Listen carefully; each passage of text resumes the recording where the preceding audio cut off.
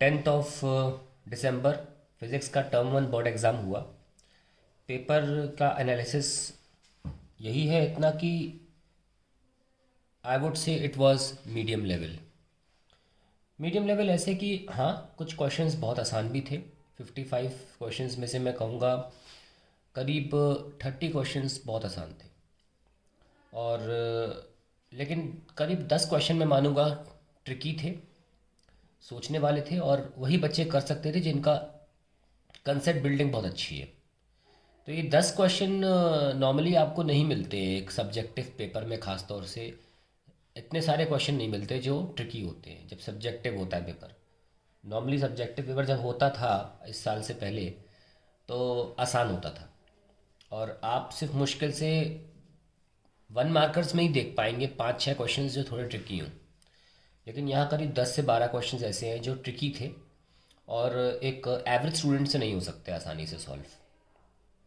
लेकिन ज़्यादा मेजॉरिटी में क्वेश्चंस बहुत बेसिक थे, बहुत इजी।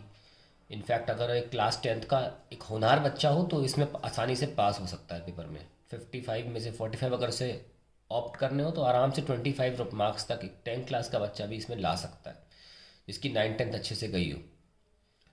लेकिन इसका मतलब ये बिल्कुल भी नहीं है कि पेपर इजी है।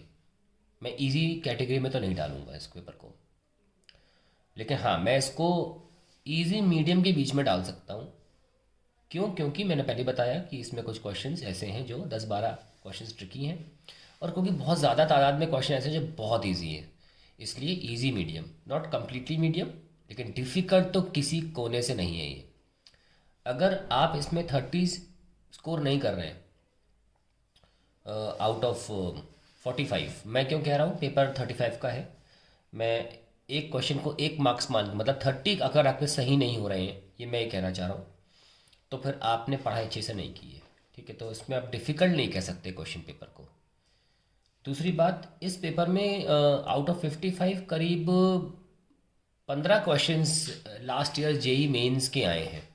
मैंने नीट का अभी एनालिसिस नहीं किया, और हो सकता है करीब 10-12 क्वेश्चन नीट लास्ट ईयर्स के नीट के पेपर भी, क्वेश्चन पेपर के भी इसमें मुझे हो सकता है मिल जाएंगे। लेकिन जहाँ तक मेरी जानकारी है, मैंने चेक किया, करीब 10 से 15 क्वेश्चन, 10 क्वेश्चन तो बिना डेटा चेंज की जेई मेंस से लिए गए हैं और 5 सिमिलर हैं। तो जेई मेंस के 10 क्वेश्चन तो हूबहू, 10 से 11 क्वेश्चन जहाँ तक मुझे ध्यान है सेम डिट्टो जेई मेंस के रखे गए हैं। तो पेपर का लेवल इसलिए मैं कहूँगा थोड़ा सा अच्छा है, इजी नहीं है। नॉर्मली सब्जेक्टिव पेपर जो होता था वो इजी ही आता था, यहाँ पे थोड़ा सा कंसेप्ट पूछा है बच्चे से। तो I am very happy with the kind of paper CBSE has made this time.